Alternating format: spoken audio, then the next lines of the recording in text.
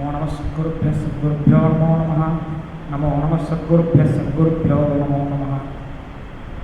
प्रह्लादनारदपराशरपुण्डरीकव्यासाम्बरीषशुकशौनकभीष्मदाभ्यान् मुक्माङ्गदार्जुनवसिष्ठविभीषणादीन् पुण्यानिमान् परमभागवतान् स्मरामि। जन्माद्यस्य यतोऽन्वयादितरतश्चार्थेष्वभिज्ञस्वराट् तेने ब्रह्महृदाय आदिकवये मुह्यन्ति यत्सूरयः। तेजोवारिमृदां यथा विनिमयो यत्र त्रिसर्गो वृषा धाम्ना स्वेन सदा निरस्तकुहकं सत्यं परं धीमहि। धर्मः प्रोत्थितकैतवोऽत्र परमो निर्मत्सराणां सता वेद्यं वास्तवमत्र वस्तु शिवदं तापत्रयोन्मूलनं श्रीमद्भागवते महामुनिकृते किं वा परैरीश्वरः सद्यो हृद्यवरुध्यते प्रकृतिभिः शुश्रूषुभिस्तत्क्षणात् नियमकल्पतरोर्गलितं फलं सुखमुखात् अमृतद्रवसंयुतं पिबत भागवतं रसमालयं मुहुरहो रसिकाः भुवि भावुकाः। नाम संकीर्तनं यस्य सर्वपापप्रणाशनं प्रणामो दुःखशमनः तं नमामि हरिं परम्। हरे रामेति कृष्णेति नाम संकीर्तनं सदा लोकक्षेमाय कुर्वन्तं प्रेम्यं सद्गुरुं भजे। பரீட்சித்து பெரிய ராஜ்யத்தெல்லாத்தையும் விட்டுட்டு கங்கா தீரத்துக்கு சப்தாகம் கேட்கறதுக்காக அவங்க உட்காந்துட்டாங்க. அங்கே சுகர் அவர் படித்தார். அந்த சுகர்கிட்ட என்ன பண்ணணும், என்ன பண்ணினால் கரையேற முடியும், சம்சாரத்திலேருந்து கரையேற முடியும், இந்த நம்மளுடைய வாசனைகளெல்லாம் அழிக்க முடியும், அதை குறைச்சிட்டு ஆன்மீகத்தில் எப்படி முன்னேற முடியும், எது பண்ணால் நல்லது, நிச்சயம் என்ன இது நல்லது அப்படின்னு கேட்டார் பரீட்சித்து. அது அவர் பதில் சொன்னால் வரியானேஷதே பிரஷ்னா குதோ லோகஹிதம் ரூப. ஆரம்பிக்கும் போதே பாகவதம் இங்கேயும் சரி இதுக்கு முன்னாடியும் சரி ஆரம்பிக்கும் போது லோகக்ஷேமத்தில் தான் ஆரம்பிக்கும். லோகக்ஷேமத்துக்காக பண்ணப்பட்ட கேள்வி இந்த கேள்வி லோகக்ஷேமத்துக்காக கேள்வி. அங்கேயே வியாசர் இதை பண்ணும்போதே அங்கேயே ஒரு ஸ்லோகம் லோகக்ஷேமத்துக்காக பண்ணார் பாகவதத்தில். ஏன்னா பாகவத தர்மம் தான் முக்கியமாக பதித்த பாவனம். பாகவத தர்மம் தான் பதித்த பாவனமாக இருந்துருக்கு.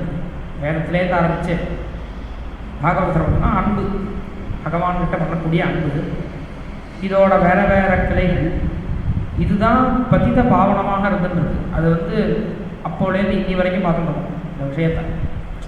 ஒரு எதுவுமே என்னால் என்ன பண்ண முடியும் அப்படின்னு கேட்டால் அவனுக்கு பாகவத தர்மம் தான் முக்கியமாக தெய்வம். என்னால் எதுவுமே பண்ண முடியாது, ரொம்ப சம்சாரத்தை மாட்டின்னு இருக்கேனே, என்னுடைய ஒரு சித்தவர்த்திகளில் மாட்டின்னு இருக்கேனேன்னு ஒருத்தன் கஷ்டப்பட்டா அவனுக்கு பதில் கொடுக்கக்கூடியது பாகவத தர்மம் தான் முதல்ல. பாகவத தர்மத்தில் வந்துட்டா, பாகவத தர்மத்தில் ஒருத்தன் முன்னேற ஆரம்பித்தான்னா அவன் இயற்கையாகவே பாக்கி விஷயங்களும் அவனுக்கு வரும், மற்ற விஷயங்களும் அவனுக்கு இயற்கையாகவே வருது. அதை பார்க்கலாம். பகவான்கிட்ட பக்தி வந்துடுத்துனாலே அப்புறம் அந்த பகவானுக்கு எப்படி பிடிக்கும், அந்த பகவானுக்கு என்ன பண்ணால் பிடிக்கும் அப்படிங்கிற கேள்விக்கு பதிலாக இத்தனை நல்ல பழக்கங்கள், இத்தனை ஆத்ம குணங்கள், இத்தனை விஷயங்களும் அவனுக்கு வந்துடும்.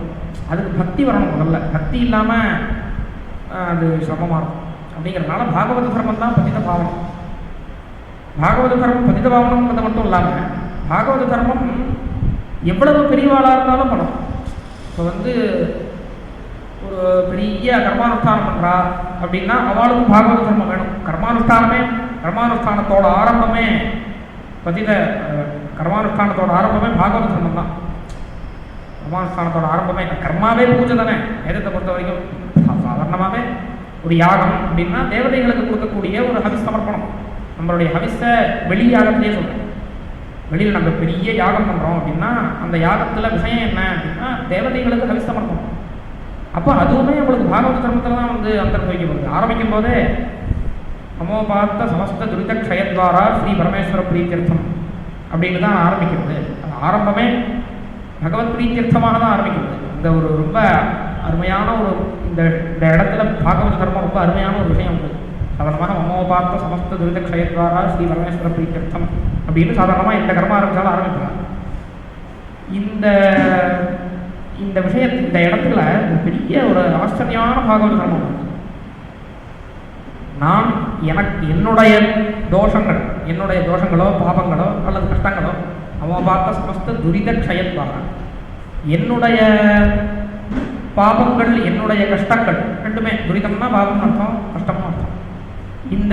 இந்த பாபங்களோ கஷ்டங்களோ நீங்கிறது மூலமாக பகவான் சந்தோஷப்படுறதுக்காக நான் இந்த கர்மாவை பண்ணுறேன். இந்த சின்ன வரி சாதாரணமாக நம்ம ரொம்ப சாதாரணமாக யூஸ் பண்ணிட்டு இருக்கிற வார்த்தை, ஆனால் இதில் இருக்கிற ஆழம். நான் எதுக்காக பண்ணுறேன் அப்படின்னா பகவானை சந்தோஷப்படுத்துறதுக்காக பண்ணுறேன். எனக்கு லட்சியம் பகவான் சந்தோஷப்படுறது. பகவானுக்கு எது லட்சியம்? பகவான் எதனால் சந்தோஷப்படுவார்னா என்னுடைய பாவங்கள் என்னுடைய கஷ்டங்கள் என்னுடைய வாசனைகள் இதெல்லாம் நீங்கிறது மூலமாக நான் என்னுடைய ஒரு கெட்ட சம்ஸ்காரங்கள்னு சொல்கிறது, என்னுடைய கெட்ட விஷயங்கள்லாம் நீங்கிறது மூலமாக பகவான் சந்தோஷப்படுவார். எனக்கு லட்சியம் பகவத் பிரீதி, அவருக்கு லட்சியம் என்னுடைய பாப நாசம் அல்லது கஷ்ட நாசம். ஏதோ இதுவாக இதில் எவ்வளோ ஒரு பெரிய பாகவத தர்மம் எதுக்கு சொல்கிறேன், இப்படி ஆரம்பித்து ஒவ்வொரு விஷயமும் பாகவத தர்மமாக தான் கர்மானுஷ்டானத்துலையுமே இருக்குது, யோகமுமே அப்படிதான். அதனால் அப்படி பாகவத தர்மம் அப்படிங்கிறது பெரிய எவ்வளோ பெரிய இவாளாக இருந்தாலும், இத்தனை ஒரு பெரிய நிஷ்டை எதில் இருக்கிறவாளாக இருந்தாலும் அவளுக்கு பாகவத தர்மங்கிறது வேணும் அப்படிங்கிறது ஒரு முக்கியமான விஷயமா இருக்குது. அதனால் ஆரம்பிக்கும் போதே பதித பாவனம், அவள் ரொம்ப வெளியில் போயிருந்தாலும், ரொம்ப ஆன்மீகத்துலேருந்து வெளியில் போயிருந்தாலும் அவளை கரையேற்றுறதுக்கான பாகவத தர்மத்தை பிடிச்சுட்டா கரையேறணும். அப்படிப்பட்ட ஒரு பாகவத தர்மம். அதனால் இது லோகக்ஷேமத்துக்கு ரொம்ப முக்கியமாக நீங்கள் நம்ம பார்த்தோம்னா லோகக்ஷேமம், பாகவத தர்மம் எவ்வளோ லோகக்ஷேமம் பண்ணியிருக்கு.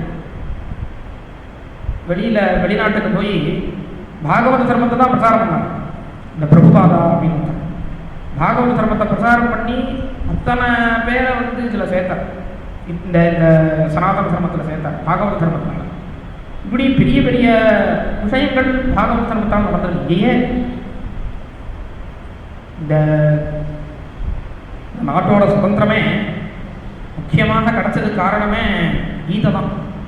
முக்கியமாக அத்தனை சுதந்திர போராளிகளும் கீதையை அவன் கோட் பண்ணாங்கிறது மட்டும் இல்லை, கீதைக்கு வியாக்கியானம் எழுதியிருக்கான். காந்தி வியாக்கியானம் எழுதியிருக்காரு. அனாசக்தி யோகம் அப்படின்னு பேர் அந்த வியாக்கியானத்து குஜராத்தியில் இருக்குது. காந்தி எழுதின கீதையோட இது. அது மாதிரி பல பங்கிம் சந்திர சட்டர்ஜின்னு ஒருத்தர், பங்கிம் சந்திர சட்டர்ஜி அப்படின்னு பேர், சட்டோபாத்தியாயர்.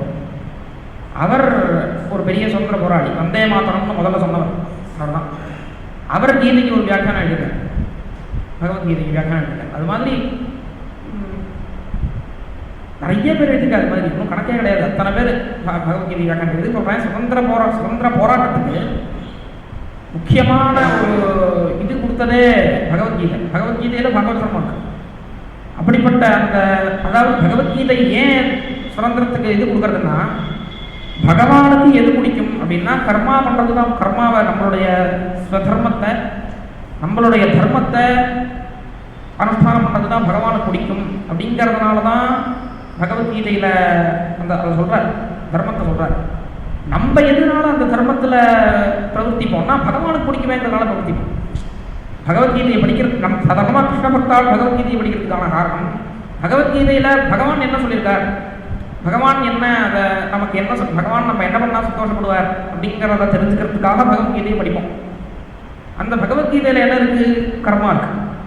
நம்மளுடைய கர்மாவை நம்ம எந்த எதிர்பார்ப்பும் இல்லாத நம்மளுடைய கர்மாவை பண்ணிட்டே இருக்க வேண்டியது. அப்படிங்கிறது தான் பகவானுக்கு பிடிக்கும்னா நம்ம இயற்கையாக கர்மாவில் பிரவர்த்திப்போம். அதனால் பகவத்கீதை பாகவத தர்மம். அந்த பாகவத தர்மம் இவ்வளவு பெரிய சுதந்திர போராட்டத்தை நடத்திருக்கு அப்படின்னு அத்தியாத்ம பாரதத்தில் ஸ்ரீயண்ணா சொல்லியிருக்காங்க. சுதந்திர போராட்டத்துக்கு காரணமே வழிகாட்டியே பகவத்கீதை தான் அப்படின்னு. அது மாதிரி இருக்குது. அத்தனை பேரும் இவர் பாலகங்காதர திலகர் எழுதியிருக்கார். இது மாதிரி ஒருத்தரும் எழுதியிருக்கார். பகவத்கீதைக்கு வியாக்கியானங்கிறது இன்னும் அடங்காது. நம்ம சுதந்திர போராளிகளோட வியாக்கியானம் மட்டும் சொல்கிறேன், அது தவிர பாக்கி பேர்லாம் இருக்கட்டும், சுதந்திர போராளிகளோட வியாக்கியானமே அடங்காது. அப்படி இருக்கிறதுனால பாகவத தர்மம் அவ்வளவு லோகக்ஷேமம் பண்ணியிருக்கு, அவ்வளவு லோகக்ஷேமம் பண்ணியிருக்கு பாகவத தர்மம். அப்படி இருக்கிறதுனால இந்த பாகவதத்தோட ஆரம்பமே வியாசர் ஆரம்பிக்கும் போதுமே இதுதான் சொன்னார். வியாசர் ஆரம்பிக்கும் போதே சர்வபூதங்களுக்கும் நல்லது நடக்கணும் அப்படிங்கிறதுனால நான் இந்த பாகவதத்தை பண்ணணும் அப்படின்னு ஆரம்பித்தார். அது மாதிரி இங்கே சொல்கிறார், பெரியா நைஷதே பிரஷ்னா ஏதோ லோகஹிதம் இருப்ப, லோகக்ஷேமத்துக்காக இந்த கேள்வி ஆச்சுப்பா அப்படின்னு சொல்கிறார் இந்த சுகர். மேலே அந்த அத்தியாயத்தில் விராட் புருஷனுடைய ரூபம், அதாவது இந்த உலகமே பகவான் தான் அப்படிங்கிற ஒரு பார்வை, இது வந்து புருஷ சூக்தத்தில் இருக்கிற பார்வை. இந்த உலகமே எல்லாருமே பகவான் தான். அதை வந்து ஒரு விரும்பின சொன்னால் நமக்கு கஷ்டமாக இருக்குமே அப்படிங்கிறதுனால ஒவ்வொரு பிரகிருதியில் இருக்கிற ஒவ்வொரு விஷயங்களையும் சரி, மனுஷியாலையும் சரி, பகவானுடைய அங்கமாகவே சொல்லுவாள். பூமி தான் பாதம், அது மாதிரி சொல்லுவாள். ஆகாசம் தான் சரி சிரஸ் அப்படின்னு சொல்லுவாள். இதை வந்து நம்ம லிட்டரலாக எடுத்துட்டா ஒன்றும் கிடைக்காது. அதுலேருந்து எடுத்துக்கணும். அதாவது பகவான் தான் முழுக்க எல்லாமே. புருஷ ஏவேதமும் சர்வம் எத் பூதை எச்ச மத்தியம். இப்போ முன்னாடி வந்ததும் பகவான் தான், இதுக்கப்புறம் வரப்போகிறதும் பகவான், எல்லாருமே பகவான் தான். அது எப்படி பகவான் சொல்ல முடியும்? நான் இது ஒரு பெரிய வேதாந்த விஷயம் நமக்கு. அதாவது இந்த பிரம்மந்தான் ஜெகத்காரணம். எப்படி ஜெகத்காரணம் அப்படின்னா, பிரம்மத்துக்கிட்டேருந்து தான் எல்லாமே உற்பத்தி ஆகுது. எல்லா ஆகாசமாகும். ஆத்மனா ஆகாசஸ்தம்பூதா. இந்த ஆத்மா கிட்டேருந்து தான் ஆகாசம் உற்பத்தி ஆச்சு. அப்போ உற்பத்தி ஆச்சு, இதுலேருந்து இது உற்பத்தி ஆச்சு அப்படின்னாலே இதை தவிர அது வேற அப்படின்னு ஆகிடும். இப்போ வந்து ஏதோ ஒரு அப்பாவுக்கு ஒரு பையன் பிறகுறான் அப்படின்னா, அப்பா பையனோட வேற, பையன் அப்பாவோட வேற அப்படின்றத நான் சொல்ல முடியும். அதை எப்படி ரெண்டு பேரும் ஒன்று, அதுலேருந்து உற்பத்தி ஆனதுனாலேயே அதை எப்படி ஒன்றுன்னு சொல்ல முடியும் அப்படின்னா, இங்கே அது மாதிரி உற்பத்தி இல்லை. இது வந்து உபாதான காரணம். உபாதான காரணம்னா, இப்போ எப்படி ஒரு பூஷணத்துக்கு, ஒரு தோடுக்கு தங்கம் காரணம், தங்கம் தான் தோடுக்கு காரணம். அப்போ தோடு தங்கத்தோட வேலையா? கிடையாது. தங்கமும் தோடு ஒன்று தான். அப்படி எப்படி இருக்கோ அது மாதிரி பகவான் தான், பிரம்மன் தான் ஜெகத் காரணம் அப்படின்னா, ஜெகத்தை உட்கார்ந்துட்டு செஞ்சார். இந்த கிழமை அன்னைக்கு இதை செஞ்சார், அடுத்த ஞாயிற்றுக்கிழமை அன்னைக்கு அதை செஞ்சார் அப்படிங்கிற மாதிரி போகும் சாதாரணமாக. ஆனால் இங்கே சனாதன தர்மத்தில் இந்த ஜெகத்காரணம் அப்படிங்கிறது இப்பயே பிரம்மன் தான். இந்த பிரம்மம் தான் ஜெகத்தை சிருஷ்டிச்சது அப்படின்னா, பிரம்மமே ஜெகத்தை ஆயுள் அப்படின்னு சனாதன தர்மத்தோட வேதாந்தத்தோட உபநிடத்தோட நம்பிக்கை அப்படிங்கிற மாதிரி தான். அப்படிங்கும்போது எல்லாரையுமே, எல்லா விஷயம் ஜடங்களையுமே பிரம்மமாக பார்க்கணும். ஆத்மா சைத்தன்யம் ஜீவன் அது வந்து பரமாத்மாங்கிறது ஒரு பக்கம் இருக்க, ஜடமுமே பிரம்மன் தான். எப்படின்னா இது மாதிரி எப்படி வந்து ஒரு தோடு இல்லை ஒரு பிரேஸ்லெட்டு இதெல்லாம் தங்கம் தான். ஆனால் தங்கம் மட்டும் இல்லை, தங்கத்துலேருந்து தான் உற்பத்தி ஆயிருக்கு. ஆனால் தங்கம் தான், ஆனால் பிரேஸ்லெட் அப்படின்னு எப்படி இருக்கோ அது மாதிரி ஜெகத்துக்கு பிரம்மம் காரணம் அப்படிங்கிறதுனால இந்த லோகமும் எல்லாமே பிரம்மன் தான் அப்படின்னு ஒரு வேதாந்தியோட பார்வை, ஒரு யோகியோட பார்வையும். பகவான் ஒரு பாகவதனோட லட்சியமே அதுதான். பாகவத தர்மத்தோட லட்சியமே எல்லாத்தையும் பகவானாக பார்க்கறது அப்படிங்கிறது தான். அங்கே ஏகாதசத்தில் வரும் இந்த விஷயம். இப்படி ஒரு பாகவத தர்மத்தில் இருந்தவன், சிரவண ஸ்மரணாதி பாகவத தர்ம விஷயங்களை பண்ணிட்டு இருந்தவன், அப்புறம் பிரேம பக்தனா ஆனான். ஏவம் பிரதா பிரியநாம கீர்த்தியா ஜாதானுராகா திருதசித்தா உள்ள முருகிறது அவனுக்கு. அப்படி பகவான் அப்படிங்கிறதுலையே ரமிச்சுருக்கான். அப்படி ரமிக்கிறதோட அடுத்த ஸ்லோகத்தில் வரும், எல்லாத்தையுமே பகவானாக பார்க்குறான், ஜடங்களையுமே பகவானாக பார்க்குறான். ஜடங்கள்னா உயிரில்லாத விஷயங்கள், இதையுமே பகவானாக பார்ப்பான். உயிர் இருக்கிறத உயிர் இல்லாததையே பகவானாக பார்க்குறவன் உயிர் இருக்கிறத பார்க்குறத கேட்கவே மாட்டான். அப்படிங்கிறதுனால எல்லாமே பகவான் தான் அப்படிங்கிறது இந்த முதல் அத்தியாயத்தில் அதை வர்ணித்தார். அப்புறம் 2வது அத்தியாயம் 3வது அத்தியாயத்துலலாம் சில விஷயங்களை சொல்லிட்டு மேலே அவன் லோக சிருஷ்டியை சொல்லுங்கோ அப்படின்னு கேட்குறான் பரீட்சித்.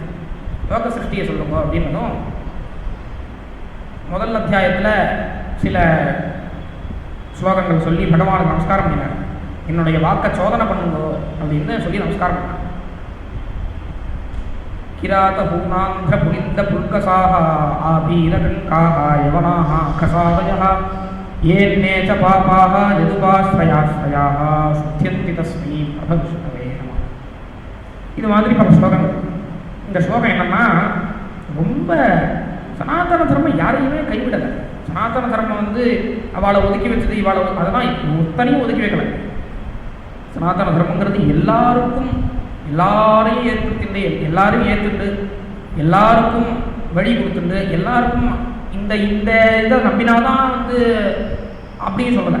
இந்த விஷயத்தை நம்பினாதான் அப்படிங்கிற மாதிரி எல்லாரையும் ஏற்றுண்டு, எல்லாருக்கும் வழி கொடுத்து, எல்லாரையும் ஆன்மீகத்தில் முன்னேற்றத்துக்கான ஒரு பாதை தான் சனாதன தர்மம். முக்கியமான பாகவத தர்மம்.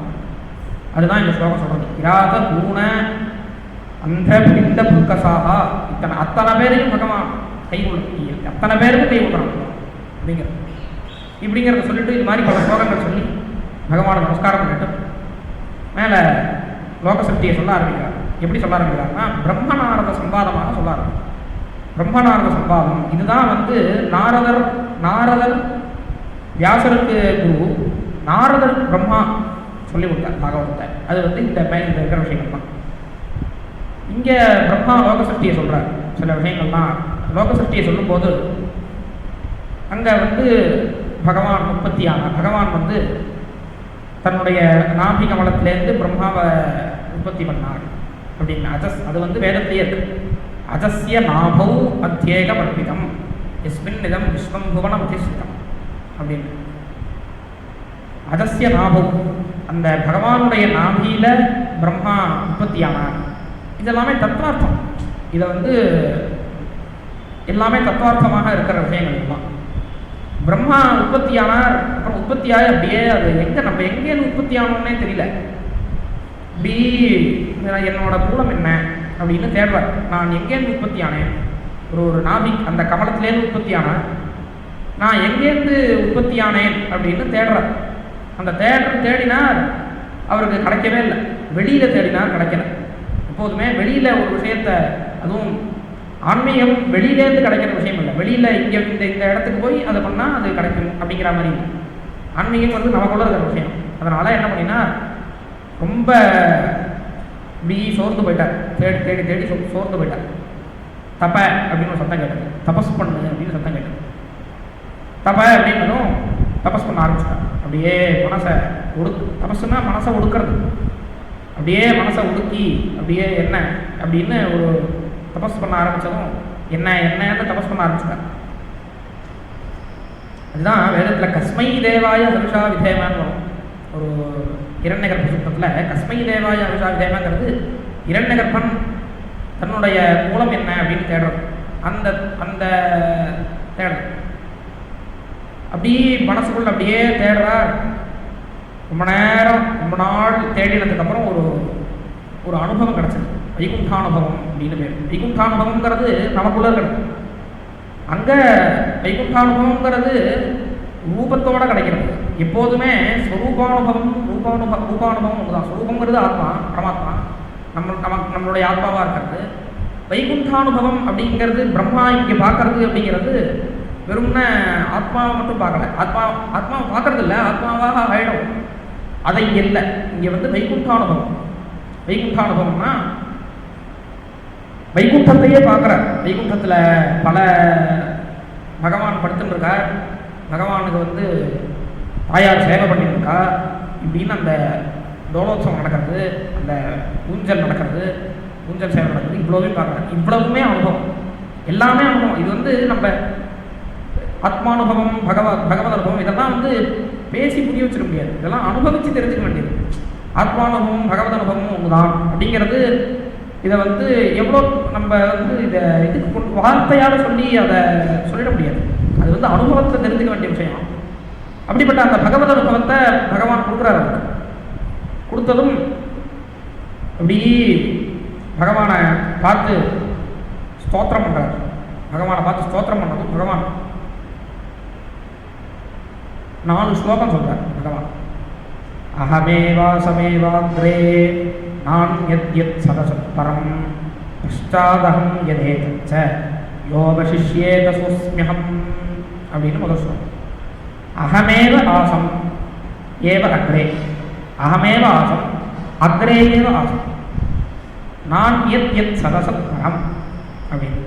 அதாவது பகவான் தான் முதல்ல இருக்கார். அகமே வாசம் அக்ரே, அதாவது இந்த லோகத்தோட சிருஷ்டிக்கு முன்னாடி பகவான் தான் இருக்கார். யஹா அத்தியக்ஷா பரமே யஹா அஸ்ய அத்தியக்ஷா பரமே வியோமன்னு வேதம். அப்படிப்பட்ட அத்தியக்ஷன், இந்த லோகத்துக்கே அத்தியக்ஷன், அப்படிப்பட்ட பகவான், அந்த பகவான் முதல்லையே இருக்கார், இந்த லோகத்தோட சிருஷ்டிக்கு முன்னாடியே இருக்கார். நான் யத் யத் சதசத் பரம், என்னை தவிர வேறு எதுவுமே இல்லை. சொன்னேன் இல்லையா, பகவான் தான் எல்லாமே, பகவானை தவிர எதுவுமே கிடையாது. திரவியம் கர்ம சுபாஷ்ட திரவியம் கர்மச்ச காலஷ்ட ஸ்வபாவோ ஜீவயேவச்ச வாசுதேவா பரோ பிரம்மன்னு நானியோர்த்தோஸ்தி அப்படின்னு. வேற எதுவும் வாசுதேவனை தவிர எதுவுமே இந்த லோகத்தில் இல்லை. அது வந்து அனுபவத்துக்கு போனால் முடியும். அதை சொன்னால் இப்போ சொன்னால் வந்து தான் இருக்கேன் அப்படின்னு, அது புத்திசாலித்தனமான கேள்வி. நீயே புத்திசாலின்னு நினச்சிட்டு கேட்கக்கூடாது. அனுபவிக்கல தெரியல. இப்போ நம்ம என்னத்தை அனுபவிக்கிறோமோ இந்த அனுபவத்துக்கே, இப்போ இந்த லோகானுபவத்துக்கே ஆத்மா இருக்கிறது தான் காரணம். அது அடுத்த விஷயம். சைதன்யம் இல்லாத ஒரு ஒரு பிரேதம் அனுபவிக்க முடியாது எதையுமே. சைதன்யம் தான் இப்போ அனுபவிக்கிறதுக்கே காரணம். இந்த அனுபவத்திலேருந்து ஆன்மீகத்தில் முன்னேறி நம்ம சித்தவர்த்திகள் எல்லாத்தையும் ஒடுக்கிட்டு ஆன்மீகத்தை நோக்கி முன்னேற போக ஆத்மானுபவத்தை அடைய, அப்போ இந்த உலகத்தில் எதுவுமே இல்லைங்கிறத உணர முடியும். வாசுதேவன் தான் எல்லாம் அப்படிங்கிறத உணர முடியும். அதனால் இது வந்து அனுபவம். இது ரொம்ப ஆழமான ஒரு விஷயம். சங்கர பகவத்பாதால் பிரம்மசூத்திரத்தில் ஒரு விஷயம் சொல்கிறார், பிரம்மசூத்திர பாஷத்தில் ஒரு விஷயம் சொல்கிறார். ரொம்ப நினச்சி பார்க்க முடியாத ஒரு விஷயம். எப்படி ஒரு கர்மாவை பண்ணணும்னா, ஒரு கர்மானுஷ்டானம் பண்ணணும்னா, இந்த கர்மானுஷ்டானத்துக்கு பிரமாணம் என்ன அப்படின்னா வேதம் பிரமாணம், ஸ்மிருதிகள் பிரமாணம், இது மாதிரி பிரமாணங்கள்லாம் இருக்கு இல்லையா. ஆனால் பிரம்ம விசாரத்துக்கு வேதம் மட்டும் பிரமாணமாக இருக்க வேண்டிய அவசியம் இல்லையா. அப்போ என்ன பிரமாணமாக இருக்கலாம்னா அனுபவமும் பிரமாணமாக இருக்கலாம். இது வந்து ரொம்ப ஒரு நினச்சி பார்க்க முடியாத விஷயம். அனுபவமும் பிரமாணம், அனுபவாதயஷ்ட பிரமாணம். அனுபவம் பிரமாணம்னு எப்படி சொல்கிறாருன்னா தைரியம், அனுபவம் வந்தே தீரும். இங்கே ஆன்மீகத்தில் முன்னேற அதாவது முன்னேறதுன்னா என்ன சொல்கிறது, நம்மளுடைய சித்தவர்த்திகளை வாசனைகளை அந்த அந்த பதிவு லோக விஷயங்கள்லையே இருக்கிற பதிவுகளை அதை குறைச்சிக்க அதில் இருக்கிற விஷயங்களை நம்ம இது பண்ண இயற்கையாக நம்ம அதை உணர முடியும். அதனால் அனுபவத்தில் அனுபவ வேத்தியமான விஷயம். ஏதோ இங்கே பண்ணிட்டு அப்புறம் அங்கே எங்கேயோ பலன் வர போகிறதுங்கிற மாதிரி விஷயம் இல்லை. அப்படிங்கிறதுனால அகமேவாசமேவாகவே, நான் தான் இருந்தேன், முதல்லையே இருந்தேன், அக்ரேயே வாசம், இந்த சக்திக்கு முன்னாடியே இருந்தேன். நான் வேற எதுவுமே இல்லை. எது சதசத் பரம், இந்த லோகத்தில் இருக்கிற ஸ்தூல சூக்ஷ்மமான பெரிய சின்ன எல்லாமே நான் தான், எல்லாமே நான் சதசத் பரம். பஷ்டாதகம் எதேதச்ச, இப்போ இருக்கிறதும் நான் தான், முன்னாடியே நான் தான் இருந்தேன், இப்போ இருக்கிறதும் நான் தான். எதேதச்ச, இந்த எல்லாம் ஒடுங்கினதுக்கு அப்புறம், எல்லாமே லயமானதுக்கு அப்புறம் எது மிச்சப்படுமோ அதுவும் நான் தான். யஹா அவசிஷேத சோஸ்மியம். அப்புறம் இப்போ தெரியறது இந்த லோகம் தெரியறது அப்படின்னா ஹிருதேர்த்தம் எப்பிரதீயேத நப்பிரதீயேத சாத்மனி தத்வித்யா ஆத்மனோ மாயா யதா பாசோ யதா தமஹா. ஒரு காணல் நீர் தெரியறது, ஒரு காணல் நீர் தெரியறது. அந்த காணல் நீர் தெரியறதுங்கிறதுனால அது உண்மையாக இருக்க வேண்டிய அவசியம் இல்லை. இப்போ தெரியும், இங்கேருந்து பார்த்தா ரோட்டில் போகும்போது ரொம்ப வெயிலாக இருக்குதுன்னா ரோட்டில் போகும்போது அந்த கொஞ்சம் தூரத்தில் ஜலம் மாதிரி கொஞ்சம் ஜலம் தெரியும். அந்த ஜலம் தெரியறதே அப்படிங்கிறதுனால அந்த ஜலம் இருக்காங்க இல்லை. எப்படி காணல் நீர் இல்லையோ ஆனால் தெரியறதோ அது மாதிரி தான் மாயம். அது மாதிரி தான் இந்த உலகமே அப்படின்னு. இந்த உலகமே நம்மளுடைய சித்தவர்த்தி. இன்னொன்று, நம்மளோட பார்வை தான் இந்த உலகம், நம்மளோட பார்வை தான் இந்த உலகம். இப்போ வந்து ஒரு 10 வயசு பையன் எப்படி பார்க்குறானோ அது மாதிரி ஒரு 20 வயசு பையன் 30 வயசு பையன் பார்க்க மாட்டான். அப்பயே அது பொய்ன்னு தெரியுது. இது வந்து ஏதோ போனதுக்கு அப்புறம் தான் அப்படிங்கிறதுலாம் வேண்டாம். இன்றைக்கே இந்த உலகத்தை ஒரு 10 வயசு பையன் எப்படி பார்க்குறானோ அது மாதிரி ஒரு 20 வயசு பையன் பார்க்கல. ஒரு 20 வயசு பையன் எப்படி பார்க்குறானோ அது மாதிரி ஒரு 30 வயசில் பார்க்கல, 40 வயசில் பார்க்கல. பார்வை மாறுறது, எப்போ மாறுறதோ அது பொய். அவ்வளோதான். எது மாறுமோ அது பொய். அப்படிங்கிறதுனால இந்த மாயை அப்படிங்கிறது பொய் அப்படின்னு முடிச்சுட்டாங்க. யதா மகாந்தி பூதானி பூதேஷு சாவதேஷ்வனோ பிரவிஷ்டான்யப்பிரவிஷ்டானி ததா தேஷு ந தேஷ்வனோ. இது வந்து ஜீவ தத்துவத்தை சொல்லக்கூடிய ஸ்லோகம். ஜீவன் அப்படிங்கிறதும் ஆத்மா தான், ஜீவன்கிறதும் ஆத்மா தான். ஜீவோ பிரம்மைவ அப்படிங்கிறது என்னன்னா, ஆனால் பிரம்மன் தான். ஆனால் பிரம்மங்கிறது இவ்வளோதானா அதுவும் இல்லை. அதுதான் சொல்கிறேன். இப்போது பஞ்சபூதங்கள் இருக்குது. இப்போ வந்து இந்த ஃபேன்லேருந்து காற்று வருது, இந்த ஃபேன்லேருந்து காற்று வருது. காற்று வந்ததுன்னா காற்றுங்கிறதே இவ்வளோதானா? இந்த ஃபேன்லேருந்து ஒரு காற்று வருது, காற்றுங்கிறதே இங்கே வர இதுதான், இவ்வளோதான் அப்படிங்கிறது இல்லை. இப்போ வந்து இது வந்து ஒரு மரத்தினால செய்யப்பட்டது. இது வந்து பிருத்திவி அதாவது பூமி. இந்த பிருத்திவி, இந்த மரத்தில் பிருத்திவி இருக்குது. ஆனால் பிருத்திவிங்கிறதே இவ்வளோதானா? இவ்வளோ கிடையாது. இது பிருத்திவி தான், இதுவும் பிருத்திவி தான். ஆனால் பிருத்திவினால இவ்வளோதானா? அதுவும் கிடையாது. அது எப்படியோ யதா மகாந்தி பூதானி பூதேஷு உச்சாவச்சேஸ்வரம் பிரவிஷ்டானி அப்பிரவிஷ்டானி. பிரவிஷ்டானி அப்படின்னா இந்த ஃபேன்லேருந்து காற்று வருது, இந்த ஃபேன்லேருந்து காற்று வருது. ஆனால் காற்றுங்கிறதே இவ்வளோதானான்னு அது இல்லை. காற்றுங்கிறது ரொம்ப விஸ்தாரப்படுது. ஆகாசமே எடுத்துக்கோங்க. இந்த ஒரு ஹாலுக்குள்ள ஒரு ஸ்பேஸ் இருக்கு, இந்த ஸ்பேஸ் தான் ஆகாசம். இந்த ஸ்பேஸ் ஆகாசம் தான், இந்த ஸ்பேஸ் ஆகாசம் தான், இந்த ஸ்பேஸ் தான். ஆனால் ஸ்பேஸுங்கிறதே எவ்வளோதான் என்ன? அப்படி கிடையாது. அது மாதிரி அது எப்படியோ அது மாதிரி ஜீவன்கள் எல்லாமே பிரம்மன் தான். எல்லா ஜீவன்களும், கொசு கூட பிரம்மன் தான், ஒரு எறும்பு பிரம்மன் தான், எல்லாமே பிரம்மன் தான், எல்லா சைதன்யமும் பிரம்மன் தான்.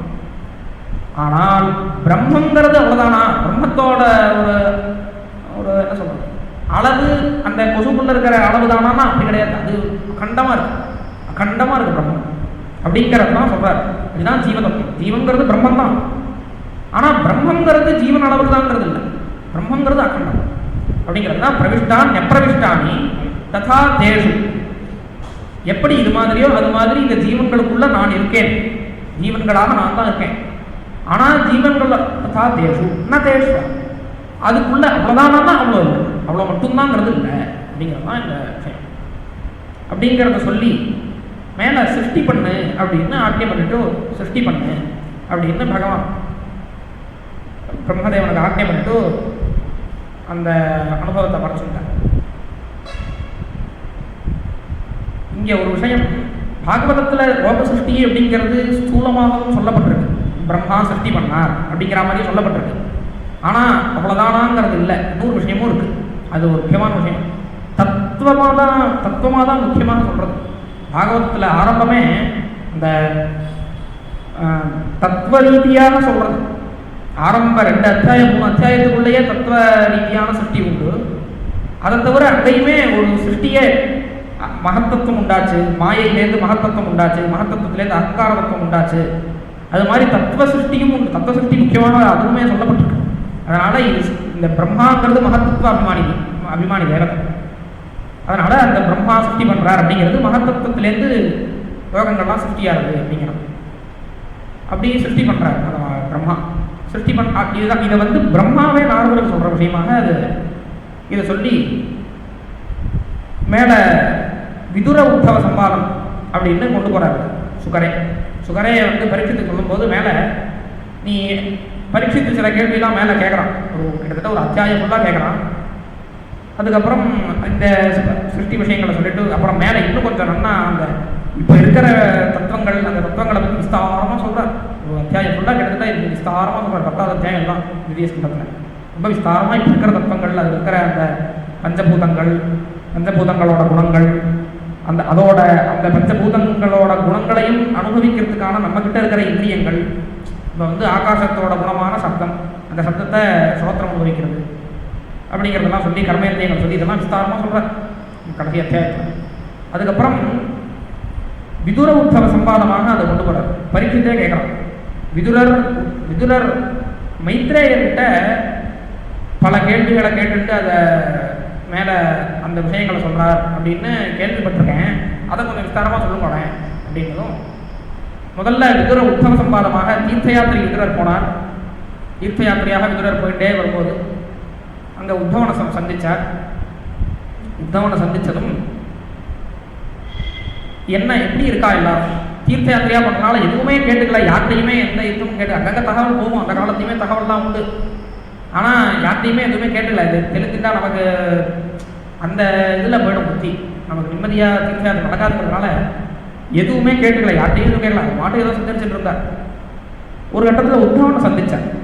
உத்தவனை சந்தித்ததும் ஒரு அத்தியாயம் ஃபுல்லாக இவா எங்கே இருந்தா, அவா எப்படி இருக்கா, சூரியமா இருக்காளா, பாண்டவா எப்படி இருக்கா, எப்படி இருக்கா, பகவான் எப்படி இருக்கார், பலராமர் எப்படி இருக்கார், வசுதேவர் எப்படி இருக்காருன்னு சுத்தரா சாம்பன் பிரத்யும்னா எப்படி இருக்கா, இப்படி எல்லாரையும் கேட்டதும் உத்தவன் ஒரு அப்படியே இதுக்கு போயிட்டான், பாவலோகத்துக்கு. பாவலோகம் அப்படின்னு ஒரு வார்த்தை, பாவலோகம் என்ன வார்த்தையோ அதெல்லாம் அது மாதிரி ஒரு பகவல்லோ சனகைகி பகவல்லோகாது லோகம் போனார். அந்த பாவலோகத்துக்கு போயிட்டான்.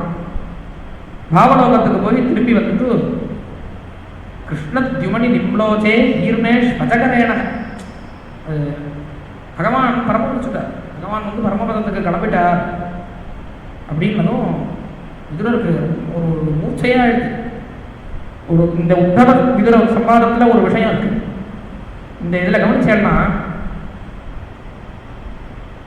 கிருஷ்ணனுடைய ஒரு என்ன கிருஷ்ணனுடைய எல்லா விதத்திலையும் கிருஷ்ணன் கஷ்டத்தை அனுபவிக்க கூடாதான், எந்த விதத்திலையும் கிருஷ்ணன் கஷ்டத்தை அனுபவிக்கூடாது. பெரிய ஒரு பகவான் அப்படின்னு பார்த்தாலும் கஷ்டத்தை அனுபவிக்கக்கூடாது.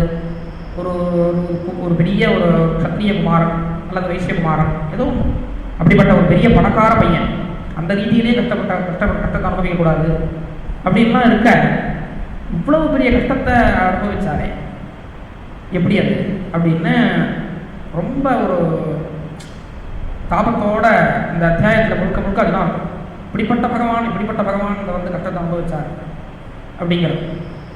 அதை சொல்லிட்டு கிருஷ்ணன் கதையே ஃபுல்லாக சொல்கிறார். அதுலேருந்து கிருஷ்ணனுடைய சரித்திரத்தை முழுக்க சொல்லி அதுக்கப்புறம் கிருஷ்ணன் பரமபதம் போகும்போது எனக்கு ஏகாகிரஸ்தத்தில் இருக்கிற அருமையான வேதாந்த விஷயங்களை தான் சொன்னார் பகவான் அப்படிங்கிறதையும் சொன்னார். அதை எனக்கு சொல்லும் போல அப்படின்னு சொல்லும்போது அங்கே ஒரு வார்த்தையை சொல்கிறார். உங்களுக்காக மைத்ரேயர் உங்களுக்கு சொல்கிறதுக்காகவே இருந்துட்டுருக்கார், நீங்கள் வந்து அவர்கிட்ட போகும் அப்படின்னு சொல்கிறார் பகவான். விதுரர் சொல்கிறார், உங்களுக்கு சொல்லணும்னு பகவான் சொன்னார் அப்படின்னு வந்து விதுரர் தாங்கலை. என்னையும் ஞாபகம் வச்சுட்டு, நான் ஒரு ஆள்னு என்ன ஞாபகம் வச்சுட்டு பகவான் வந்து எனக்காக ஒருத்தரை ஏற்பாடு பண்ணி இவருக்கு சொல்லுப்பா அப்படின்னு சொல்லி ஒருத்தரை ஏற்பாடு பண்ணி அவரை ஒரு ஏற்பாடு பண்ணி அங்கே உட்காந்து வச்சிருக்காரே அப்படின்னு சொல்லி விதுரர் வந்து உத்தவர்கிட்ட கற்றுக்கிட்டு உத்தவரை நமஸ்காரம் பண்ணிட்டு கிளம்பி ஹரித்வாரத்துக்கு போனார். ஹரித்வாரத்தில் மைத்ரேயர் இருந்தார். மைத்ரேயர் அப்படிங்கிற ஹரித்வாரத்தில் எங்கேயோ ஒரு இதில் உட்காந்துருந்தார், ஒரு குகையில் உட்காந்துருந்தார். இவர் பக்கத்தில் போய் நின்னதும் இவருடைய இவர் வரதை பார்த்துட்டு இவருக்காக தானே அவர் இருக்காருங்க, குருநாதர் சிஷ்யனுக்காக தான் இருக்கார் அப்படிங்கிறதுனால அங்கே பாப்பா அப்படின்னார். சௌஷீல்ய குணாபிதிருப்தா, அவருடைய குணத்தினால ஆத்ம குணத்தினால ரொம்ப ஒரு நெகிழ்ந்து போன விதுரர் அவர்கிட்ட போய் பல கேள்விகளை கேட்குறார். சுகாய கர்மாணி கரோதி லோகா, இந்த லோகம் சுகத்துக்காக தான் கர்மாவை பண்ணுறது, அந்த சுகத்தை அனுபவிக்கவும் மாட்டேங்குது, சுகத்தை அடையவும் மாட்டேங்குது, துக்கத்தையும் அனுபவிக்கிறது. இது என்ன அப்படின்னு கேட்டதும் அதுக்கு பாகவத தர்மம் தான் அதுக்கு பதில் அப்படிங்கிற மாதிரி சொல்லிட்டு திரும்பி லோக சிருஷ்டியே சொல்கிறார் மைத்ரேயர். திரும்பி லோக சிருஷ்டியே சொல்லி பிரம்மா உற்பத்தியானது, பிரம்ம ஸ்தோத்திரம் இங்கே பிரம்மகிருத பகவத் ஸ்தோத்திரம் இங்கே விஸ்தாரமாக இருக்குது, அதையும் சொல்லி அழகாக மேலே லோக சிருஷ்டியெல்லாம் சொல்லி மேலே மகத்தத்துவத்திலேருந்து எப்படிலாம் வேறு வேறு தத்துவங்கள்லாம் உண்டாகிறது அப்படிங்கிறதெல்லாம் விஸ்தாரமாக சொல்லி பிரம்மா முதல்ல சிருஷ்டிச்சார், சனகாதிகளை சிருஷ்டிச்சார். சனகாதிகளை சிருஷ்டிக்கும் போது அவருடைய மனசு ரொம்ப ஒரு சாத்விகமான ஒரு பாவத்தில் சாத்விகமான ஒரு இதில் இருந்தது, ஸ்திதியில் இருந்தது. அவளை சிருஷ்டிச்சார். சிருஷ்டித்ததும் இவர் சாத்விகமான நிலைமையிலேருந்து இருக்கும்போது அவனால அவளும் பரமசாத்விகாலாக போய் சிருஷ்டியெல்லாம் எங்களுக்கு சிருஷ்டி மேலே சிருஷ்டி பண்ணுப்பா அப்படின்னு சொல்கிறார் சனகாதிகளை. அவள் அதெல்லாம் பண்ண மாட்டேன் அப்படின்னா. ஏன் பண்ண மாட்டேன்னா எங்களுக்கு வந்து பகவத் விஷயம்தான் எங்களுக்கு ருச்சிக்கிறது, இந்த இதெல்லாம் வேண்டாம் எங்களுக்கு, லோக விஷயங்கள்லாம் வேண்டாம், லோகம் என்றைக்குமே திருந்தாது, நீ 1000 வேலை பண்ணாலும் லோகம் லோகமாக தான் இருக்கும், எதுக்கு அதில் போய் கஷ்டப்பட்டுருக்கணும் அப்படின்னு இவாளுடைய இது. அப்படிங்கிறதுனால லோக சிருஷ்டிலாம் வேண்டாம் அப்படின்னு நாங்கள் மாட்டுக்கு ஏதோ ஹரிஸ்ரணம்னு சொல்லிட்டு இருக்கோம், அதுவே போகிறோம், அந்த அனுபவத்திலே இருந்துருக்கோம் அப்படின்னு சனகாதிகள் ஒதுக்கிட்டான். அதுலேருந்து இவருக்கு ஒரு இது வந்துடுச்சு, கோபம் வந்துடுச்சு. அந்த கோபம் வந்ததுலேருந்து ருத்ரன், அந்த கோபத்திலேருந்து ருத்ரன் உண்டானான் அப்படின்னு இந்த பாகவதம் சொல்கிறது. பாகவதத்தில் ருத்ர சிருஷ்டி. ஆனால் ருத்ரனுக்கு இதுதான் சிருஷ்டி அப்படின்னு, சிருஷ்டின்னா முதல்ல பிறந்தார் அப்படின்னு இல்லை, ஒரு அவதாரம் மாதிரி இங்கேருந்து பிறந்தார், பிரம்மா கிட்டேருந்து பிறந்தாருங்கிற மாதிரி அப்படி பிறந்தார் ருத்ரன். அந்த குமார், அந்த இவருக்கு தான் சத்யோஜாதகான்னு வரும் அடிக்கடி. சத்யோஜாதகான்னா இது மாதிரி உடனே பிறந்தார் அப்படின்னு. அப்படிப்பட்ட அந்த ருத்ரன் அவர் சிருஷ்டிச்சார், எல்லாமே பூதகணங்களாக சிருஷ்டிச்சார். பூதகணங்களாக சிருஷ்டிச்சாலும் லோகம் அந்த பூதங்களை தாங்கலை. பூதங்கள் அப்படிங்கிறது பொதுவாக ரொம்ப பயங்கரமாக இருக்கும், அதனால் லோகம் தாங்கலை. அதனால் நீ போய் கைலாசத்தில் பார்த்துட்டு தபஸ் பண்ணுப்பா அப்படின்னு பிரம்மா சொல்லிட்டார். அதுக்கப்புறம் இப்படி ரெண்டுமே என்ன பண்ணுறதுன்னு புரியல. ரொம்ப சாத்விகமாக இருந்தாலும் சரியாக மாட்டேங்குது, ரொம்ப கோபமாக இருந்தாலும் சரியாக மாட்டேங்குது அப்படின்னு ஒரு நடுத்தரமான ஒரு மனசில் இருக்கும்போது ஒரு 2 ஆம்பளை பொண்ணு 2 பேரையும் சிருஷ்டிச்சாங்க. அவளுக்குன்னா மனு சடரூபை அப்படின்னு பேர். அந்த 2 பேரையும் சிருஷ்டிச்சு இந்த 2 பேரும் லோக சிருஷ்டியை நடத்த வேண்டியது, லோக சிருஷ்டியை நடத்த வேண்டியது அப்படின்னு அவள்கிட்ட பொறுப்பை விட்டார். மனு சடரூபா இவா 2 பேர்கிட்டையும் பொறுப்பை, இங்கே 2 பேரும் போய் சிருஷ்டியை நடத்த பார்ப்பா அப்படின்னு சொன்னாங்க. இவா 2 பேரும் போனால் எங்கே சிருஷ்டி நடத்துறதுன்னு தெரியல. இவா 2 பேரும் பிரம்மலோகத்திலேருந்து வராக்கீழ எங்கே சிருஷ்டி நடத்துறது, லோகத்தையே காணும், பூலோகத்தையே காணும். என்னடான்னு பார்த்தா இந்த ஹிரண்யாட்சன் ஹிரண்யகசிபு 2 பேர், இவா 2 பேரில் இந்த ஹிரண்யாட்சன் லோகத்தையே சமுத்திரத்தில் போட்டோம், பூமியையே எடுத்து சமுத்திரத்தில் போட்டோம். சமுத்திரத்தில் போட்டதும் இவாளுக்கு எங்கே சிருஷ்டி நடத்துறது ஒன்றுமே புரியல. திருப்பி பிரம்மா கிட்டேயே போயிருந்தான், எங்கே சிருஷ்டி நடத்துறதுனே புரியலை அப்படின்னா. பிரம்மா இப்படி ரொம்ப ஆலோசனை பண்ணுறார். ஆலோசனை பண்ணும்போது பிரம்மா கிட்டேருந்து ஒரு பன்னிக்குட்டி ஒன்று வந்துதான், வராக தோக்ககா அப்படின்னு. அந்த தோக்கம் வராக குட்டி அது வந்ததும் பெருசாக வளர்ந்தது. அந்த வராக தோக்கம்னா குழந்தை. அந்த குழந்தை பெருசாக வளர்ந்துடு, இதோ பெருசாக வளர்ந்து உள்ளே போய் பூமியை கொண்டு வந்து சிருஷ்டிச்சுடுச்சு அப்படின்னா. அந்த வராக ரூபமே தத்துவார்த்தம் தான், பகவானுடைய எல்லாமே தத்துவார்த்தம் தான், பகவானுடைய ரூபம் எல்லாமே தத்துவார்த்தத்தை சொல்லக்கூடியது. இந்த பராம ஸ்தோத்திரங்கள் இருக்கே, இந்த ஸ்தோத்திரங்கள் எல்லாமே பகவானை தத்துவார்த்தமாக வர்ணிக்கிறது. யஜ்ஞரூபமாக யஜ்ஞவராகனாக வர்ணிக்கிறது இந்த தத்துவங்கள்லாம், இந்த ஸ்தோத்திரங்கள், ரிஷிகள் பண்ணுற ஸ்தோத்திரங்கள் அப்படி அதை வர்ணிக்கிறது. அப்புறம் வராகன் உள்ளே போய் ஹிரண்யாட்சனை வதம் பண்ணிட்டு கொண்டு வந்து வச்சுட்டார் அப்படின்னு முடிச்சுட்டார் முதல்ல. அதுக்கப்புறம் அவள்கிட்ட இப்படி முடிச்சுட்டே டக்குன்னு திரும்பி இன்னும் வராகவதாரத்தை விஸ்தாரமாக சொல்லுங்க, எப்படி ஹிரண்யாட்சன்னா யார், ஹிரண்யகசிபுன்னா யார் அதை சொல்லணும், அதுக்கப்புறம் வராகன்னா என்ன அதை சொல்லணும், எல்லாத்தையும் விஸ்தாரமாக சொல்ல வேண்டாமா, இப்படி திடீர்னு முடிச்சுட்டே அப்படின்னு இவா கேட்டான். இந்த பரீட்சித்து கேட்டான் சுகர்கிட்ட, விதுரர் கேட்டார் வீட்டில் விஸ்தாரமாக சொல்லுங்க அப்படின்னு. சொன்னதும் கேட்டதும் ஆரம்பித்தார்.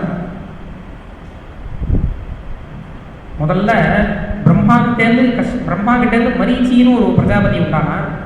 அந்த பிரஜாபதிக்கு கஷ்யபர்னு ஒரு பையன். அந்த கஷ்யபர் திதின்னு ஒரு பொண்ணு, அந்த கஷ்யபருக்கு ஒரு மனைவி. அந்த பத்னி கிட்ட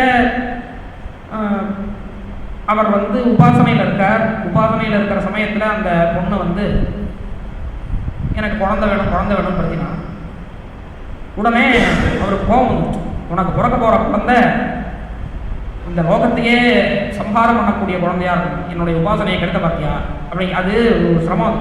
தபஸில் இருக்கும்போது நமக்கு தியானத்தில் இருக்கும்போதே சரி, நம்ம பண்ணுற தியானமே குறைச்சல். அந்த தியானத்தில் நம்ம இருக்கும்போதுமே கோபம் ஜாஸ்தி வரும். இந்த கோபம் அது ஒரு அதையும் கட்டுப்படுத்திக்கணும். அது பின்னாடி பாகவதத்தையே வரும். பெரிய காமம் பெரிய விஷயத்தெல்லாம் கடந்துட்டு கோபங்கிறது ஒரு பெரிய ஒரு சின்ன ஒரு இது மாதிரி, ஒரு குளம்படி மாதிரி இருக்கு, திரும்ப விஷயம். ஒரு மாட்டு கால் வச்சா எவ்வளவோ அவ்வளோதான். அதை தாண்ட மாட்டான் நிறைய பேர். அந்த கோபத்தை தாண்ட முடியாது. அந்த கோபம் வந்துருக்கு. கோபம் வந்ததும் சபிச்சுட்டார் திதியை. சபிச்சதும் அப்புறம் அந்த திதி இது மாதிரி நான் பண்ணிட்டேன், என்னை மன்னிச்சுடுவோம் அப்படின்னு கஷ்யபர்கிட்ட கேட்டதும் சரி பசங்க தான் அப்படி இருப்பான், பேரன் மகாபாகவதமாக இருப்பான் அப்படின்னு அனுகிரகம் பண்ணிட்டு விட்டுட்டார். அதுக்கப்புறம் என்னாச்சு, ஹிரண்யகசிபு ஹிரண்யாட்சன் 2 பேர் பிறந்தான். இந்த ஹிரண்யாட்சன் ஹிரண்யகசிபு இவா யாரு அப்படின்னு அதை விஸ்தாரமாக அதை சொன்னார். அது யாருன்னா, பிரம்மலோகத்தில் சனகாதிகள் பிறந்தா இல்லையா, இந்த சனகாதிகள் வைகுண்டத்துக்கு போனலாம். இது லீலா வைகுண்டம். வைகுண்டம்ங்கிறது நம்ம உள்ள அனுபவம் தான். ஆனால் அது பரமபதம்ங்கிறது மகா வைகுண்டம் பரமபதம் தான். அந்த பரமபதம் அப்படிங்கிறது நம்ம அனுபவம், நம்ம ஹதயத்தில் இருக்கிற அனுபவம் தான். இவா வெளியில் இருக்கிற ஒரு லோகத்துக்கு போகிறான். இது வெளியில் இருக்கிற லீலா வைகுண்டம்னு சொல்லுவார். இது கற்பிதமான ஒரு லோகம் தான். இது செய்யப்பட்டது தான். இந்த பரமபதம் நம்ம அனுபவத்தில் இருக்கிற பரமபதம்ங்கிறது செய்யப்படாது. அது அனாதியானது, அனந்தமானது. அது நம்ம சுரூபம் தான் அப்படிங்கிறது இந்த வைகுண்டம். ஆனால் இது வெளியில் இருக்கிற லீலா வைகுண்டம். இந்த வைகுண்டத்துக்கு இவா போனாலாம். போகும்போது அங்கே ஜெயஜெயான்னு 2 பேர் அவள் இவாளை தடுத்தாலும். இந்த இவா 4 பேரும் 5 வயசு பஞ்சஷட்டாயனார் பாபாக ஊர்வேஷாமி பூர்வஜாதம். எல்லா சிருஷ்டிக்கும் முன்னாடி முதல்ல பிறந்தவா அவாவா பிரம்மாதிகள். பிரம்மாவுக்கு முதல்ல பிறந்தவா சனகாதிகள். அதனால் அந்த பூர்வேஷாமி பூர்வஜாதம் அப்படிப்பட்ட பூர்வஜர்கள் இங்கே 5 வயசு பையன்கள் மாதிரி போனாலா, அவளுக்கு இவாளை பற்றி அருமை தெரியல, இவா யாரு அப்படின்னு புரியல. அதனால் இவாள்கிட்ட நீ எல்லாம் உள்ளே போகாது பார்த்து சுமார் இரு அப்படின்னு இவார் போட்டு இது பண்ணிட்டான். அவளுக்கு என்னென்னா, இப்படிப்பட்ட ஒரு இடத்துல இருந்துட்டு, வைகுண்டம்ங்கிற ஒரு இடத்துல இருந்துட்டு பகவான்கிறவர் எப்படிப்பட்டவர், பேர்பட்டவர், அவருடைய இடத்துல இருந்து நீங்கள் இப்படி ஒரு குழந்தைன்னா அனுமதிக்கணுமா? குழந்தைங்கிறது குழந்தையாகவே இருக்கணுமே. ஊர்வேஷாமே புரிதாக தான் ஒரு பக்கம் இருக்கட்டும், குழந்தையாகவே இருக்கணுமே. இந்த குழந்தையா இருந்தாலுமே நீங்கள் இதை அவமதிக்கிறீங்க. பகவான்கிட்ட யாரை பகவானை இது பண்ண முடியும்? நான் தான் பகவானுக்கு இன்சார்ஜ் அப்படிலாம் யாரும் சொல்ல முடியாது. பகவான்கிறவர் சமஸ்த பேர் தானோ. அவரை நீங்கள் எனக்கு தான் உனக்கு தான் அப்படிங்கிற ஒரு கொண்டாடிட்டு என்னவோ இது பண்ணுறேன் அப்படின்னு இவாளுக்கு போகும்.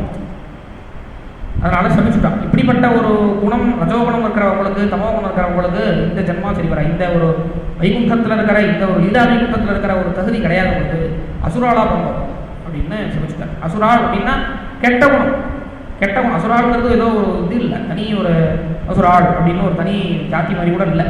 வாஸ்தவமாக கஷ்யபருக்கு பிறந்தவா தான் தேவாலும், அசுராலும் கஷ்யபருக்கு பிறந்தவா. அப்போ என்ன தனி ஜாதி? அவளுடைய குணம், இந்த குணம்ங்கிறது அசுரன்கிறது வேதத்தில் பகவானுக்கே அசுரங்கிற பேர் இருக்கு. பகவானுக்கு அசுரங்கிற பேர் இருக்கு. அசுரங்கிற ஒரு இது கெட்ட ஜாதி அப்படின்னு அர்த்தம் இல்லை. கெட்டவா அப்படின்னு அர்த்தம் இல்லை. முதல் விஷயம். 2வது விஷயம், இவா கெட்டவாளா இருக்கிறதா அப்படிங்கிறதுனால ஒரு கெட்டவாளுக்கும் அசுரான்ற பேர் இருக்கு. இவா அசுராளுடைய குணத்தினால அது கெடுதல் அப்படிங்கிறது தான் இங்கே விஷயம்.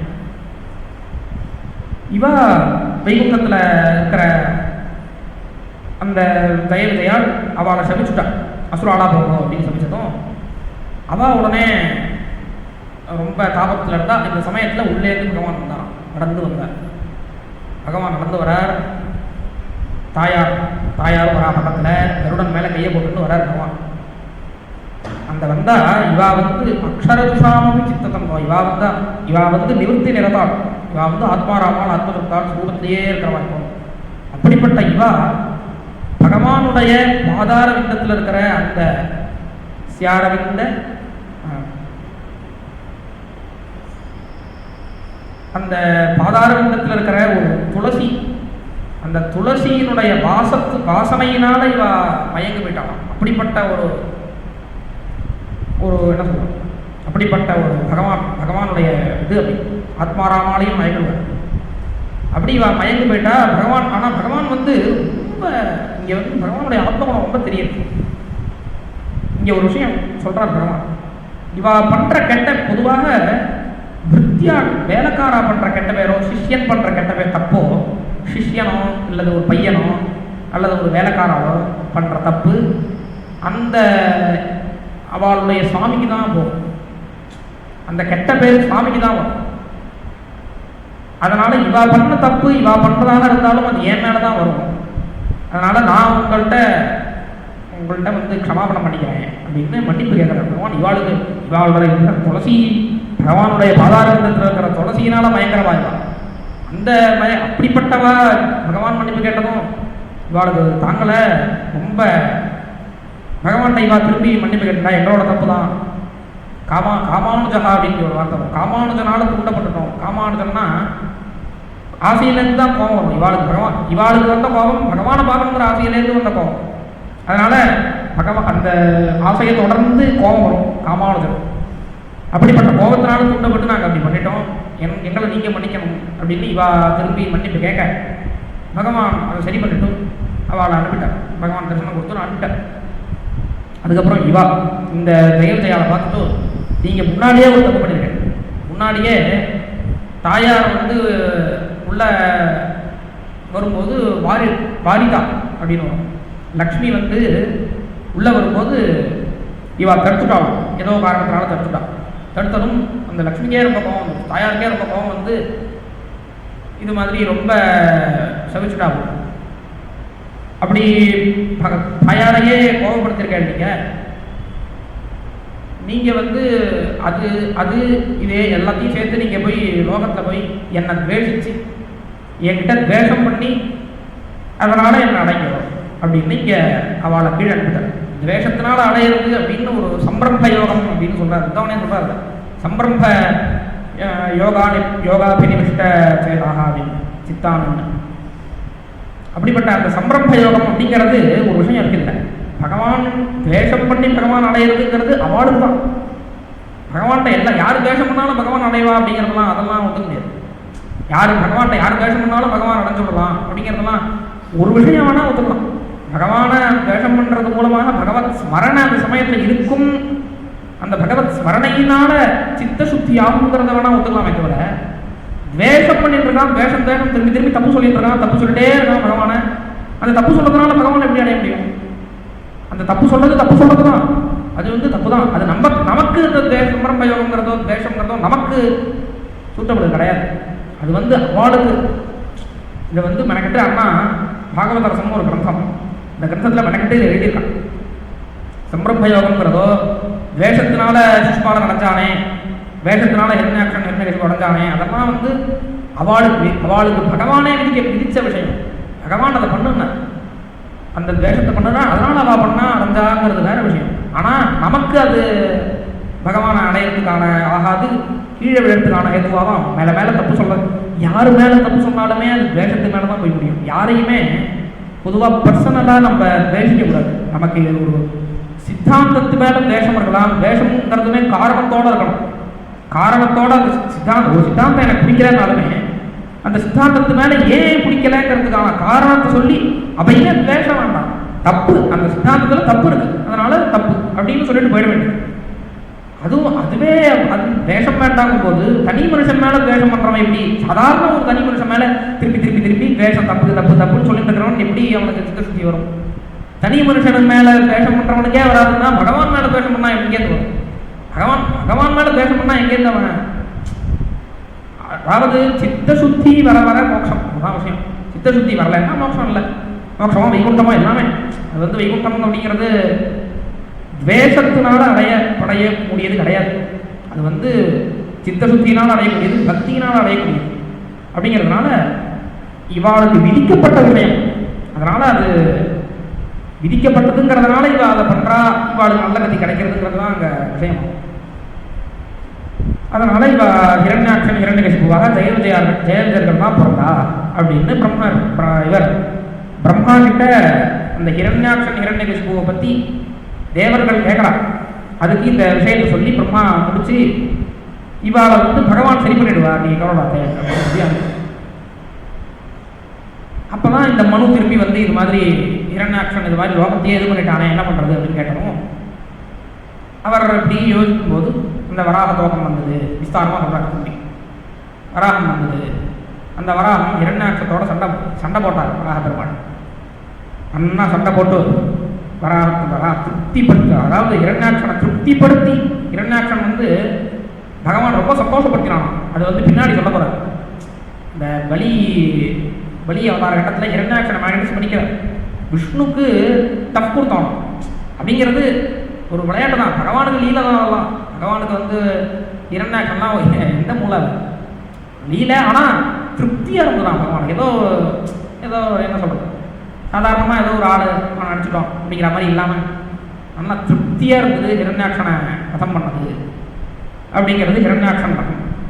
இதுக்கப்புறம் மனுவை பற்றி சொல்ல ஆரம்பித்தார். மேலே மனுவை பற்றி சொல்ல ஆரம்பித்ததும் மனு விஷயம் மனுக்கு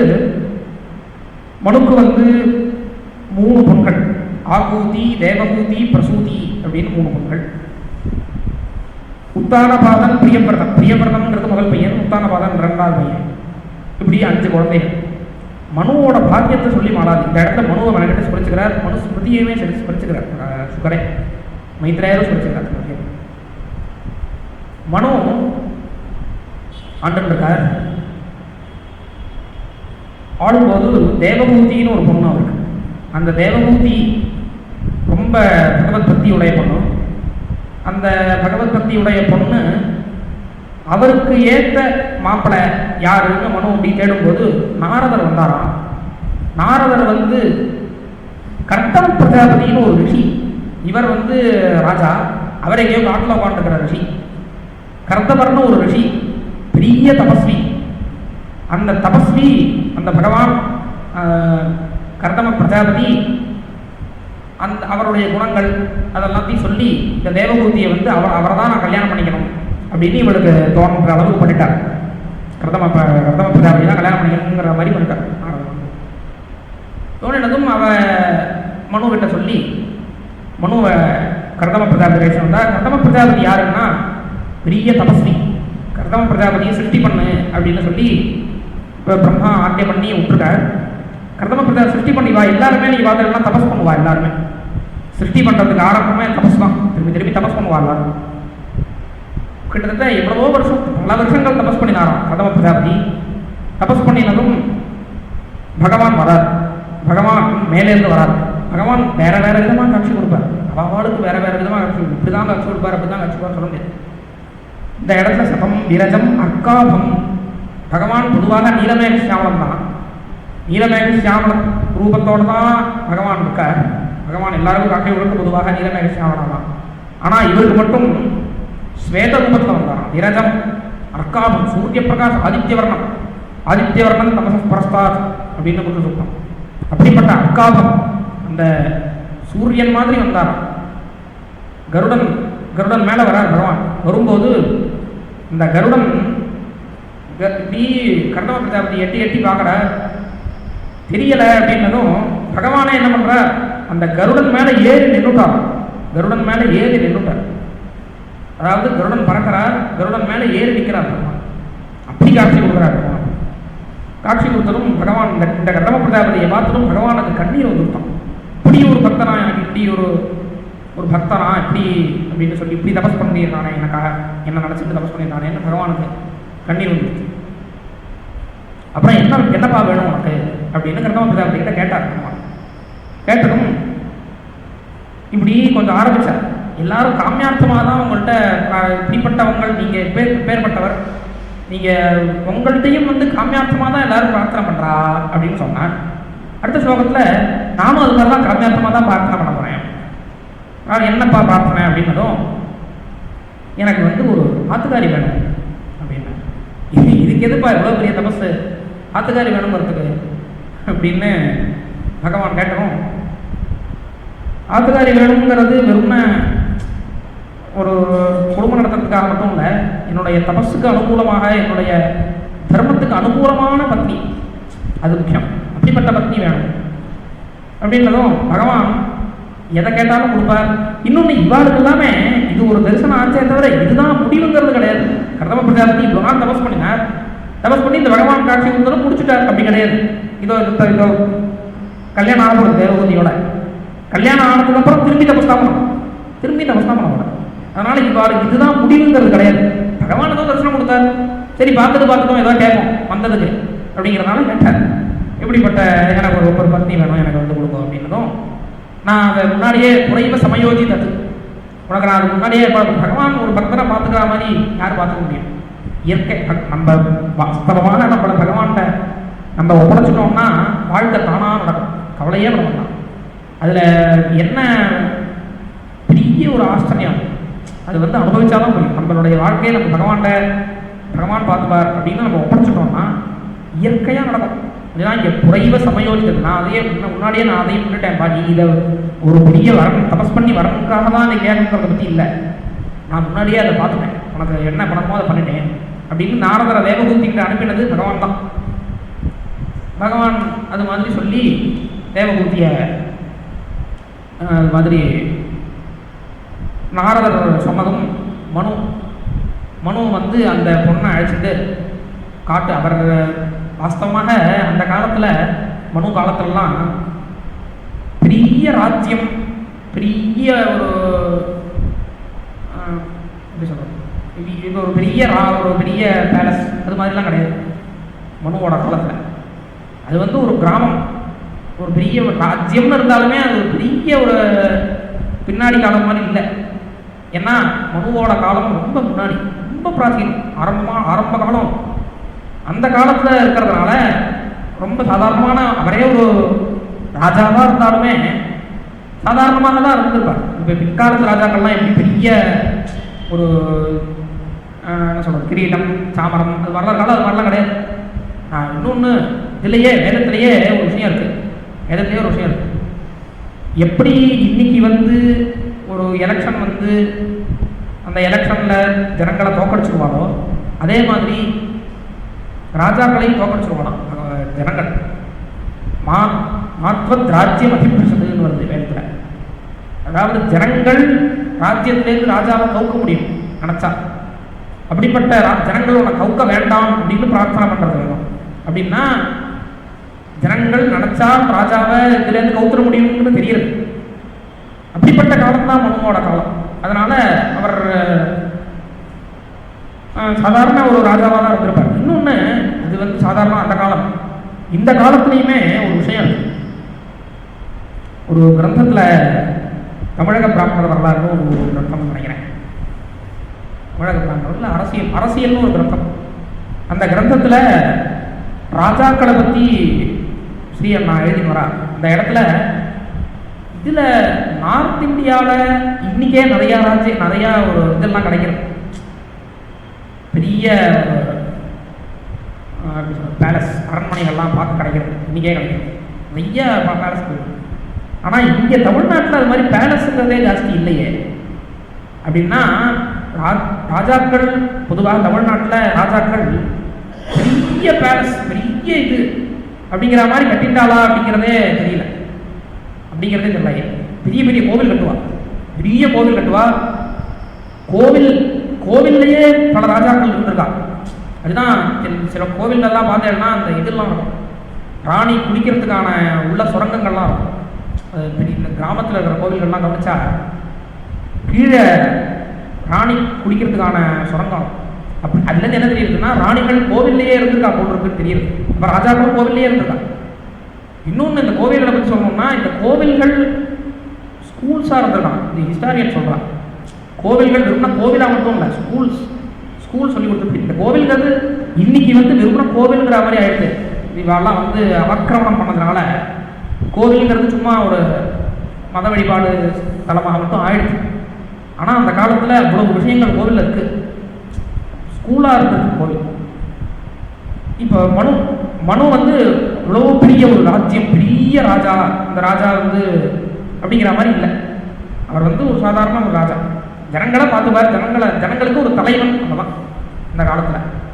அப்படிப்பட்ட ராஜா அந்த பொண்ணை அழைச்சிட்டு இந்த காட்டில் இருந்துருக்கிற இந்த தபஸ்வியான கர்தம பிரஜாபதி கிட்ட வந்து என் பொண்ணை கல்யாணம் பண்ணிக்கணும் அப்படின்னா கர்தம பிரஜாபதி அதை ஏற்றுட்டார். கர்தம பிரஜாபதி அதை ஏற்றுட்டு கல்யாணம் பண்ணிட்டு ரெண்டு பேரும் தபஸ் திரும்பி தபஸ் தான். ரொம்ப நாள் தபஸ் பண்ணிகிட்டே இருந்தார். அந்த சமாதியிலேயே அந்த ஸ்திதியிலேயே இருந்துட்டு இருந்தார் ரொம்ப நாள். அப்படியே ரொம்ப நாள் இருந்துட்டு அப்புறம் திரும்பி வந்தார். திரும்பி அந்த சாதாரண வாழ்க்கைக்கு வந்ததும் இந்த இவனை பார்த்தார், இந்த தேவபூதியை பார்த்து, உனக்கு ஏதாவது வேணுமாம்மா, என்ன வேணும் அப்படின்னு கேட்டான். கேட்டதும் அவள் இப்படி பார்த்தா, எனக்கு வந்து சாதாரணமாக எல்லா ஸ்திரீகளுக்கும் எல்லா புருஷாளுக்குமே இருக்க வேண்டிய இருக்கிற ஆசை குழந்தை வேணும் தான். குழந்தை வேணும் அப்படின்னு கேட்டதும் பெரிய ஒரு மானச ஸ்திதியினால் ஒரு பெரிய அரண்மனை அது மாதிரிலாம் ஏற்பாடு பண்ணி அதில் சௌக்கியமாக இருந்துட்டு இருந்தார் ரொம்ப நாளைக்கு. அதுவும் சௌக்கியமாக இருந்துட்டு இருந்தார் தேவபூதியோட சௌக்கியமாக இருந்துட்டு இருந்தார். 9 குழந்தைகள், 9 பெண் குழந்தைகள் பிறந்து அந்த பெண் குழந்தைகளை பல ரிஷிகளுக்கு கல்யாணம் பண்ணி கொடுத்தார். இந்த பகவான் இவர்கிட்ட பிரத்யட்சமாகும் போதே சொன்னது, கபிலருங்கிற ரூபத்தில் நான் உனக்கு பிறப்பேன்ப்பா அப்படின்னு பகவானே சொல்லியிருக்கார்.